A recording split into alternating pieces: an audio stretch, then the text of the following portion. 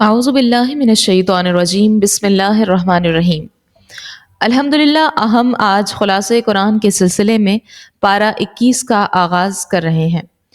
21واں پارہ 19 رکوع اور 3 آیات پر مشتمل ہے۔ پہلے 3 رکوع سورہ عنکبوت، پھر 6 رکوع سورہ روم، پھر 4 رکوع سورہ لقمان، پھر 3 رکوع سورہ الف لام میم السجدہ اور آخری 3 رکوع اور 3 آیات سورہ احزاب کی ہیں۔ قرآن کریم کی تلاوت کے حکم کے ساتھ 21ویں پاری کی ابتدا ہو رہی ہے۔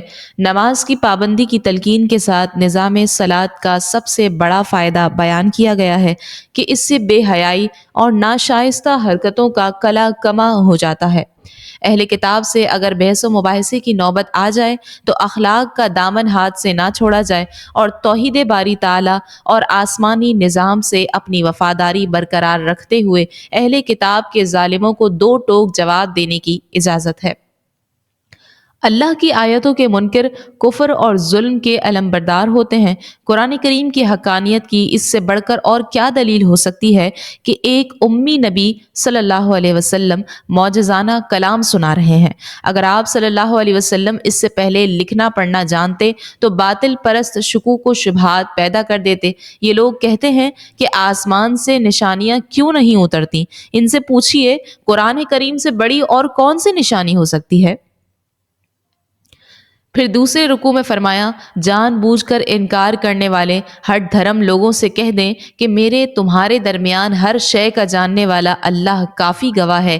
یاد رکھو، اللہ کے منکر اور جھوٹ پر ایمان رکھنے والے ہمیشہ خسارے میں ہیں۔ دنیا میں عذاب مقررہ وقت پر آ جائے گا اور آخرت کا عذاب جہنم بھی ان کا منتظر ہے۔ ایمان والوں سے فرمایا گیا کہ اگر تمہیں کافر میری عبادت سے روکتے ہیں تو ہجرت کر جاؤ، میری زمین بہت فراخ ہے، مرنا ہر ایک کو ہے۔ ایمان والے جو صبر کرتے ہیں اور اپنے رب پر بھروسہ کرتے ہیں، جنت ان کی منتظر ہے۔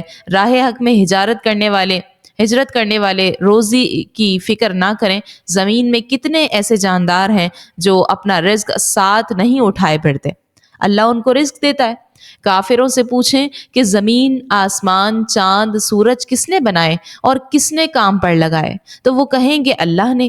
کافر اس کا بھی انکار نہ کریں گے کہ آسمان سے پانی اللہ برساتا ہے، وہی زمین کو موت کے بعد زندگی بخشتا ہے، لیکن ان میں سے اکثر سمجھ نہیں رکھتے۔ پھر تیسرے رکوع میں فرمایا، دنیا کی حقیقت کو واضح کر دی گیا ہے کہ دنیا کی زندگی کھیل تماشے کی طرح ختم ہونے والی ہے اور حقیقی زندگی آخرت کی زندگی ہے۔ یہ لوگ مشکلات اور پریشانیوں میں اللہ سے وفاداری کا دم بھرنے لگتے ہیں اور جب نجات پا کر مطمئن ہو جاتے ہیں تو شرک کرنے لگ جاتے ہیں۔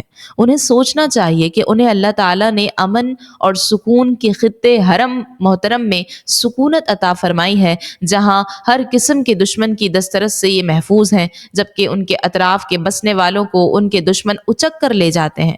کیا یہ پھر اللہ کے انعامات کی ناشکری کرتے ہوئے باطل پر ایمان لاتے ہیں؟ آخر میں حق و صداقت کی جد و جہد کرنے والوں کو خوشخبری سنا کر سورت کا اختتام کیا جا رہا ہے کہ جو لوگ ہمارے راستے کی جد و جہد میں مصروف رہتے ہیں، ہم انہیں اپنے راستوں کی ہدایت سے سرفراز فرماتے ہیں اور اللہ تعالیٰ کی مدد یقیناً مخلصین کے ساتھ ہوا کرتی ہے۔ پھر اس کے بعد سورہ روم کی ابتدا ہے۔ ابتدائی آیات کے نزول کا پس منظر یہ ہے کہ رومی باشندے عیسیٰ علیہ السلام پر ایمان لانے کی وجہ سے آسمانی نظام کے قائل تھے اور مسلمانوں کی ہمدردیاں ان کے ساتھ رہتی تھیں، اور فارسی باشندے آتش پرست ہونے کی وجہ سے آسمانی نظام کے منکر تھے اور مشرکین کی ہمدردیاں ان کے ساتھ رہتی تھیں۔ روم کے عیسائیوں اور فارس کے مجوسیوں کے درمیان جنگ میں مجوسی غالب آ گئے اور عیسائی مغلوب ہو گئے۔ اس پر مشرکین مکہ بہت خوش ہوئے اور کہنے لگے کہ جس طرح ہمارے دین والوں نے تمہارے دین والوں کو شکست دی ہے، ایسے ہم بھی تمہیں شکست دیں گے۔ قرآن کریم اتر آیا کہ تمہاری یہ خوشیاں عارضی ہیں اور ان قریب اللہ تعالیٰ رومیوں کو فتح یاب کر کے مسلمانوں کے لیے خوشیاں منانے کی صورت پیدا کر دے گا۔ اس قرآنی پیش گوئی کے مطابق 7 یا 10 سال کے عرصے کے اندر مجوسی مغلوب ہوئے اور رومی غالب آ گئے اور اللہ کی قدرت دیکھیے کہ ادھر معرکہ بدر میں مسلمان بھی مشرکین پر غالب آ گئے اور اس طرح قرآنی پیش گوئی حرف با حرف سچی ثابت ہو کر اہل ایمان کی خوشیوں کا باعث بنی۔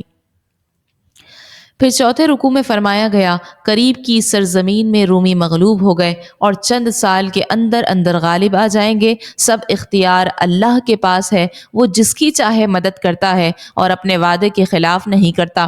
لوگ صرف ظاہری حالات کا جائزہ لیتے ہیں لیکن آنے والے حالات سے بے خبر ہوتے ہیں۔ خدا کی قدرت دیکھنا چاہیں تو اپنے اندر غور کر لیں، یہ دیکھیں کہ اللہ نے زمین اور آسمان بنائے، پھر یہ بھی چل پھر کر دیکھ لیں کہ منکروں کا انجام پہلے کیا ہوا ہے، جبکہ وہ لوگ ان سے کہیں زیادہ طاقتور تھے، چونکہ وہ آیات الہی کا مذاق اڑاتے تھے، ان کا انجام بہت برا ہوا۔ پھر پانچویں رکوع میں فرمایا، اللہ ہی ہر شے کی ابتدا کرنے والا ہے، وہی ہر شے کا اعادہ فرمائے گا۔ روز محشر مجرم بہت مایوس ہوں گے، اس روز ان کی سفارشی ان کے کام نہ آئیں گے۔ نیک عمل ایمان والے جنت میں مسرور ہوں گے اور کفار اللہ کے حضور گرفتار کر کے پیش کیے جائیں گے۔ فسبحان اللہ حین تمسون وحین تصبحون وَلَهُ الحمد فی السماوات والارض وعشیا وحین تظہرون۔ ان آیات میں نمازوں کے اوقات بیان ہوئے ہیں۔ آپس میں صبح و شام اللہ ہی کی تسبیح ہے، ساری کائنات اسی کی تعریف میں مصروف ہے۔ تم عشاء اور ظہر کو بھی اسی کی تعریف میں مصروف رہو، وہی زندہ کو مردے سے اور مردہ کو زندے سے نکالتا ہے اور وہی زمین کو دوبارہ زندگی بخشتا ہے۔ پھر چھٹے رکوع میں فرمایا کہ اللہ کی قدرت کے دلائل میں سے یہ بھی ہے کہ تمہیں مٹی سے انسان بنا کر دنیا میں پھیلا دیا، پھر سکون حاصل کرنے کے لیے تمہارا جوڑا پیدا کر کے باہمی الفت و محبت پیدا کر دی۔ آسمان اور زمین کی تخلیق، تمہاری رنگت اور زبانوں کا اختلاف دنیا والوں کے لیے بہت بڑی دلیل ہے۔ دن اور رات میں تمہارا سونا اور روزی کمانا بھی قدرت الہیہ پر ایک دلیل ہے۔ آسمانی بجلی کی چمک اور گڑ گڑاہٹ سے تمہارے اندر امید اور خوف کے ملے جلے جذبات کا پیدا ہونا اور آسمان سے پانی برسا کر زمین کا لہلہاتے کھیتوں میں تبدیل ہو جانا بھی عقل والوں کے لیے بہت بڑی نشانی ہے۔ آسمان اور زمین کا بغیر کسی سہارے کے اللہ کے حکم سے فضا میں معلق رہنا بھی ایک بہت بڑی دلیل ہے۔ پھر جب تمہیں بلایا جائے گا تو تم زمین سے نکل کر کھڑے ہوگے۔ کائنات کی ہر شے اس کی فرما بردار ہے۔ اس کائنات میں برتر صفتوں اور شان والا صرف اور صرف وہی ہے۔ پھر ساتویں رکوع میں فرمایا، اللہ تمہاری ہی ایک مثال پیش کر کے تمہیں سمجھاتا ہے کہ تمہارا ایک غلام ہو، ہم نے جو نعمتیں تمہیں عطا فرما رکھی ہیں، کیا تم اسے ان نعمتوں میں برابر کا شریک ماننے کے لیے تیار ہو جاؤ گے؟ اگر نہیں تو پھر تم میری مخلوق کو میرا شریک کیوں بناتے ہو؟ پھر اس رکوع میں مشرکوں اور ظالموں کی مذمت کرتے ہوئے جو قرآنی گفتگو کی گئی ہے، اس کی روشنی میں فرقہ واریت کی تعریف اور اس کے سدباب کے لیے ذرعی اصول اخذ کیے جا سکتے ہیں۔ اپنی خواہشات کو بغیر کسی دلیل کے اپنا مذہب قرار دے لینا ایک ظالمانہ فعل اور گمراہی کی بات ہے۔ ایسا کرنے والوں کو نہ ہدایت ملتی ہے اور نہ ہی ان کا کوئی حمایتی اور مددگار ہوتا ہے۔ ایسی حرکت کے مرتکب کم ذہنیت کے حامل لوگ ہوتے ہیں جو اپنے دین میں فرقہ واریت کو رواج دے کر دھڑے بندیاں اور گروہ بنا لیتے ہیں۔ ہر گروہ اپنے نظریات میں مگن رہتا ہے کہ اس سے اس کا تشخص برقرار رہتا ہے۔ اس کا حل یہ ہے کہ انسانی فطرت کے عین مطابق دین کو یکسوئی کے ساتھ اختیار کر لیا جائے۔ اللہ کا نظام کسی بھی دور میں تبدیل نہیں ہوتا۔ یہ سیدھا اور مضبوط نظام حیات ہے جس کے بنیادی عوامل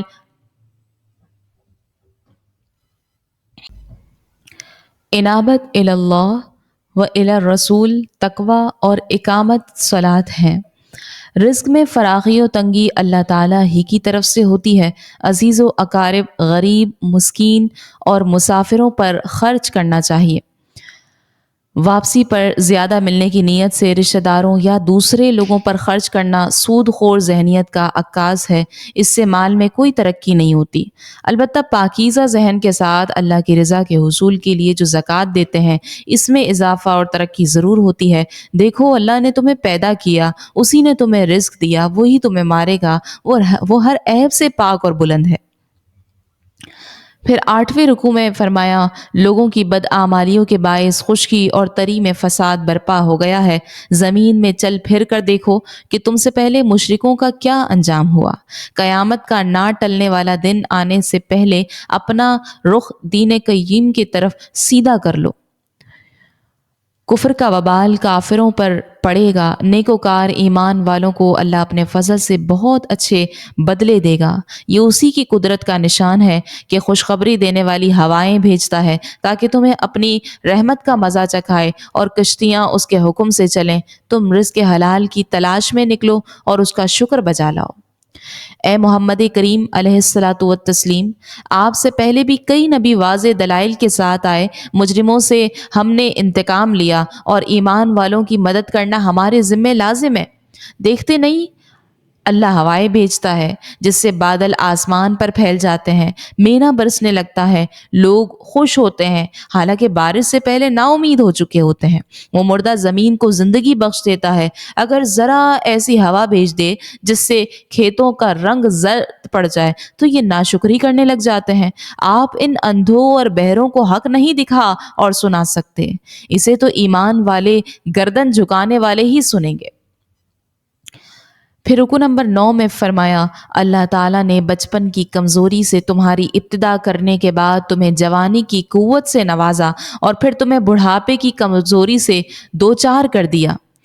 وہ جو چاہتا ہے پیدا کرتا ہے، وہ بڑا ہی علم والا اور قدرت والا ہے۔ قیامت کے دن ظالموں کے عذر خواہی ان کے کسی کام نہیں آئے گی اور نہ ہی ان کی مشکلات میں کمی کا باعث بنے گی۔ لوگوں کو سمجھانے کے لیے قرآن کریم میں ہر قسم کی مثالیں دے دی گئی ہیں، لیکن باطل پرست اسے ماننے کے لیے تیار نہیں ہوتے۔ بے علم لوگوں کے دلوں پر مہریں لگی ہوئی ہیں۔ آپ صبر سے دین پر ثابت قدمی کا مظاہرہ کرتے رہیں اور اپنے موقف پر ڈٹے رہیں۔ پھر اس کے بعد سورہ لقمان کی ابتدا ہے۔ حکمت و دانائی کے پیکر حضرت لقمان حکیم کے تذکرہ اور انہوں نے جو اپنے بیٹے کو قیمتی نصیحتیں کی، اس بنا پر یہ سورہ لقمان کے نام سے موسوم ہے۔ قریش مکہ کو بتایا جا رہا ہے کہ لقمان حکیم جس کے تم بھی مداح ہو، وہ کیسے پاکیزہ عقیدے اور اچھے اعمال والے تھے۔ انہی اعمال اور افعال کی طرف آج رسول اللہ صلی اللہ علیہ وسلم تمہیں دعوت دے رہے ہیں۔ پھر سورت کی ابتدا میں قرآن کریم کے کامل اور حکمت و دانائی سے بھرپور ہونے کے تذکرے کے ساتھ اس سے استفادہ کرنے والوں کی صفات اور خوبیوں کا تذکرہ ہے۔ ان کے ہدایت و فلاح پانے کی نوید ہے اور قرآنی ہدایت کے راستے میں رکاوٹیں پیدا کرنے اور روڑے اٹکانے والوں کی مذمت ہے۔ اس کے بعد جنت و جہنم کے مستحقین کا تذکرہ اور اللہ کی بے پایہ قدرت کے دلائل کا بیان ہے۔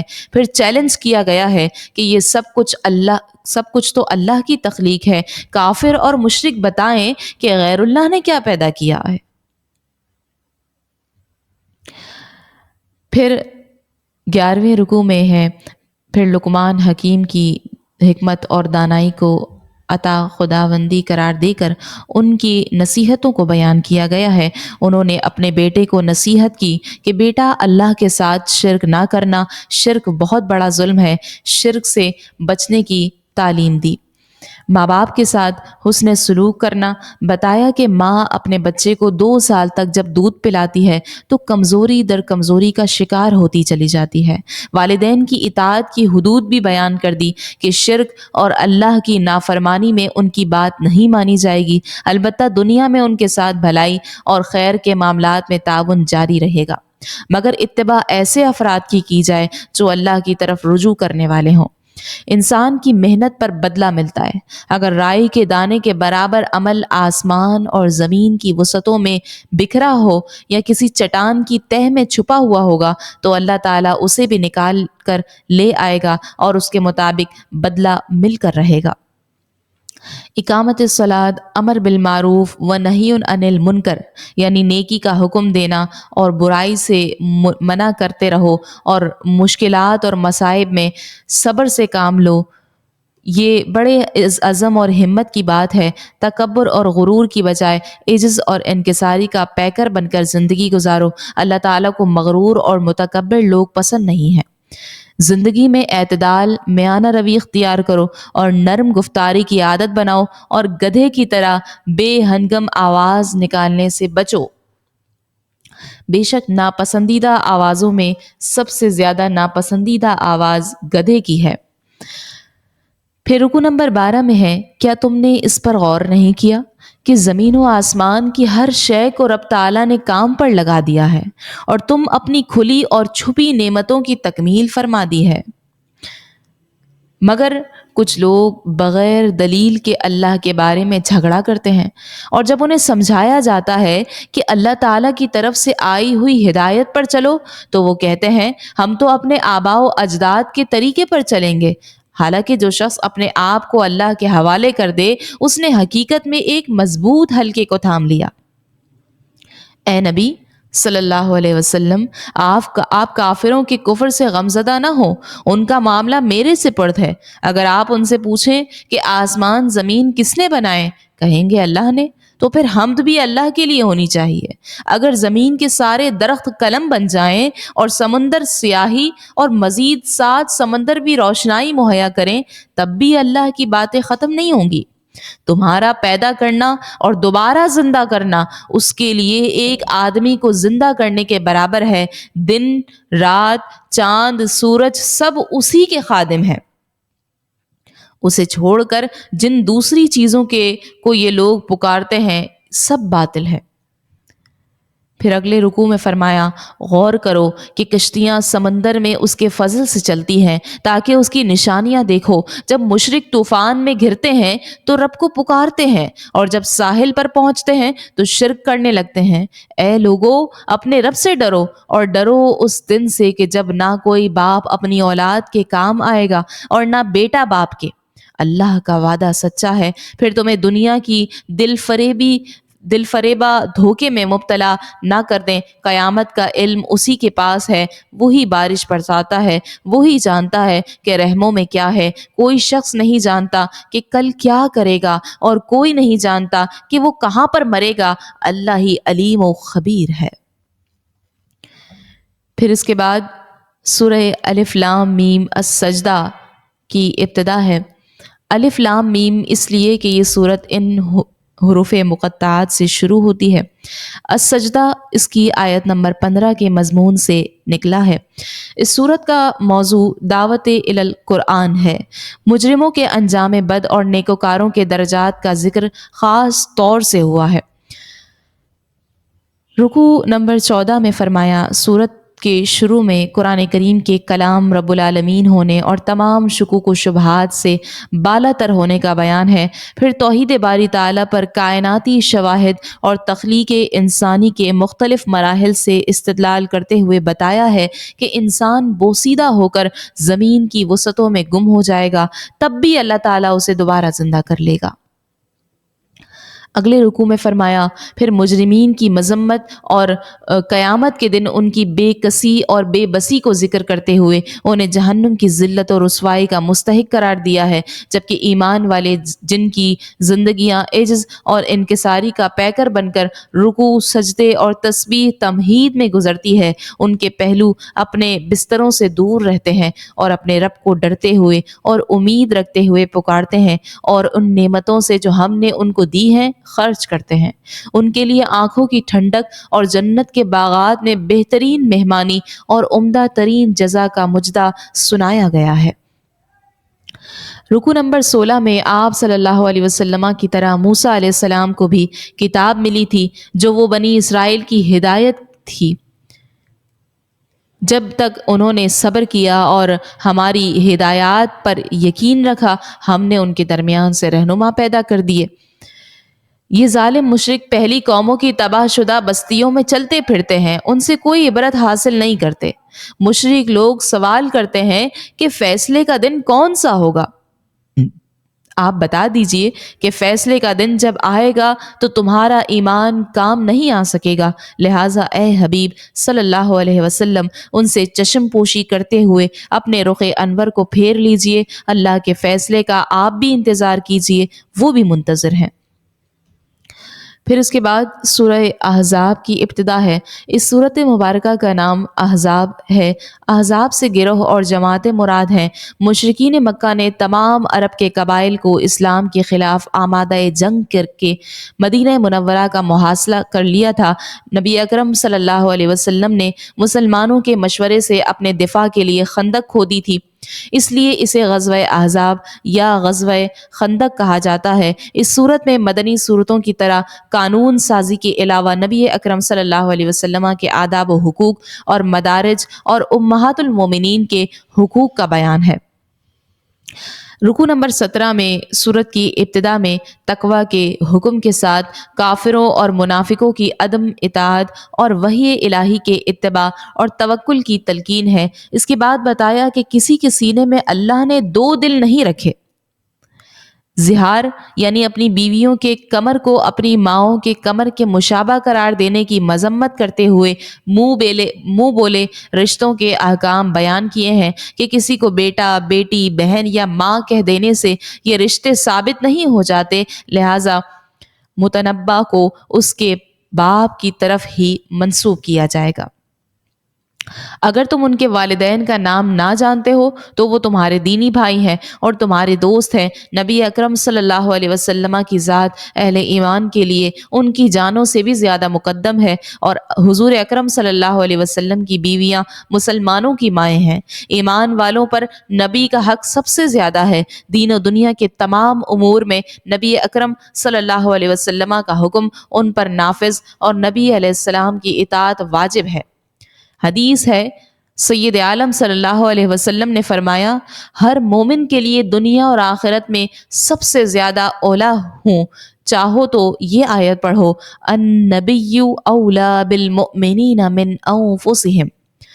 مجاہد نے کہا کہ تمام انبیاء اپنی امت کے باپ ہوتے ہیں، اسی رشتے سے مسلمان آپس میں بھائی بھائی کہلاتے ہیں کہ وہ اپنے نبی کے دینی اولاد ہیں۔ اور حضرت سہل رضی اللہ تعالیٰ عنہ فرماتے ہیں، جو شخص اپنے آپ کو حضور اکرم صلی اللہ علیہ وسلم کا غلام نہ سمجھے اور اپنے تمام معاملات میں اپنے آپ پر حضور اکرم صلی اللہ علیہ وسلم کی حکمرانی تسلیم نہ کرے، وہ سنت کی شیرینی کا مزہ نہیں چکھ سکتا۔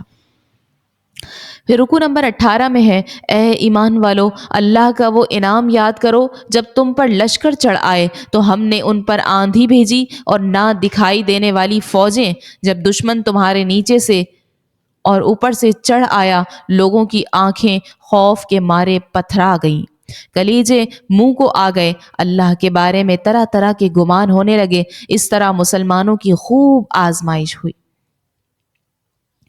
اس وقت منافق کہتے تھے کہ خدا اور رسول نے ہم کو فتح کا یقین دلا کر ہم سے فریب ہی کیا ہے۔ ان کا ایک گروہ کہتا تھا، مدینے والو چلو واپس چلو، خندق پر کافروں سے مقابلے کی کوئی صورت نہیں۔ یہ طرح طرح کے بہانوں سے اجازت لے کر بھاگ رہے تھے، حالانکہ انہوں نے پہلے قسمیں کھائی تھیں کہ پیٹھ پھیر کر نہیں بھاگیں گے، انہیں آگاہ کر دیں گے کہ بھاگ کر تم موت سے بچ نہیں سکتے۔ اگر کسی کو رب تعالیٰ نفع و نقصان پہنچانا چاہے تو کون آڑے آ سکتا ہے؟ برائے نام شریک جنگ ہونے والوں اور رکاوٹیں کھڑی کرنے والوں سے اللہ خوب واقف ہے۔ یہ تمہارا ساتھ دینے میں بڑے بخیل ہیں، جنگ کا نام سن کر ان پر غشی کے دورے پڑنے لگتے ہیں، مگر جنگ ختم ہوتی ہے تو یہ مال غنیمت حاصل کرنے کے لیے کینچی کی طرح زبانیں چلانے لگتے ہیں۔ پھر رکو نمبر 19 میں ہے، تمہارے لیے رسول اللہ صلی اللہ علیہ وسلم کی ذات میں بہترین نمونہ موجود ہے۔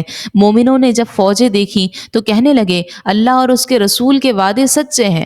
ان کے ایمان اور صبر و تسلیم میں اضافہ ہوا۔ ایمان والوں میں ایسے بھی ہیں جنہوں نے اللہ کے ساتھ کیے ہوئے وعدے سچ کر دکھائے، کوئی اپنی نظر پوری کر چکا ہے اور کوئی منتظر ہے۔ اللہ نے کافروں کا منہ پھیر دیا، وہ کوئی فائدہ حاصل کیے بغیر اپنے دل کی جلن لیے پلٹ گئے۔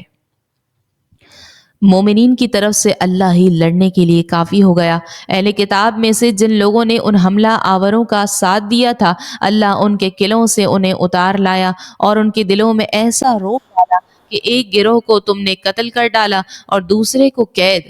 اللہ تعالیٰ نے تمہیں ان کی زمینوں، گھروں اور اموال کا مالک بنا دیا اور وہ علاقہ بھی دے دیا جسے تم نے پامال نہیں کیا تھا۔ اللہ ہر شے پر قادر ہے۔ پھر رکوع نمبر 20 میں آخر میں فرمایا، جس میں ازواج مطہرات کے سالانہ نفقے میں اضافہ کے مطالبے پر انہیں مطالبے سے دستبردار ہو کر حرم نبوی میں رہنے یا علیحدگی اختیار کر لینے کا حکم دیا گیا ہے، جس پر تمام امہات المومنین نے بارگاہ نبوی میں رہنے کو ترجیح دیتے ہوئے کسی بھی قسم کے مالی مطالبے سے دستبرداری کا اظہار کر دیا، جس پر اللہ نے ان مخلص خواتین کے لیے اجر عظیم کے وعدے کا اعلان کیا ہے۔ اور اسی پر پارہ نمبر 21 کا اختتام ہوتا ہے۔ اللہ تبارک و تعالی ہمیں ہدایت دے کہ ہم ان صورتوں کے پیغام کو سمجھیں، اس پر عمل کریں اور اپنی زندگی میں دین کو اولین ترجیح دیں۔ آمین بجاہ سید المرسلین صلی اللہ علیہ وسلم۔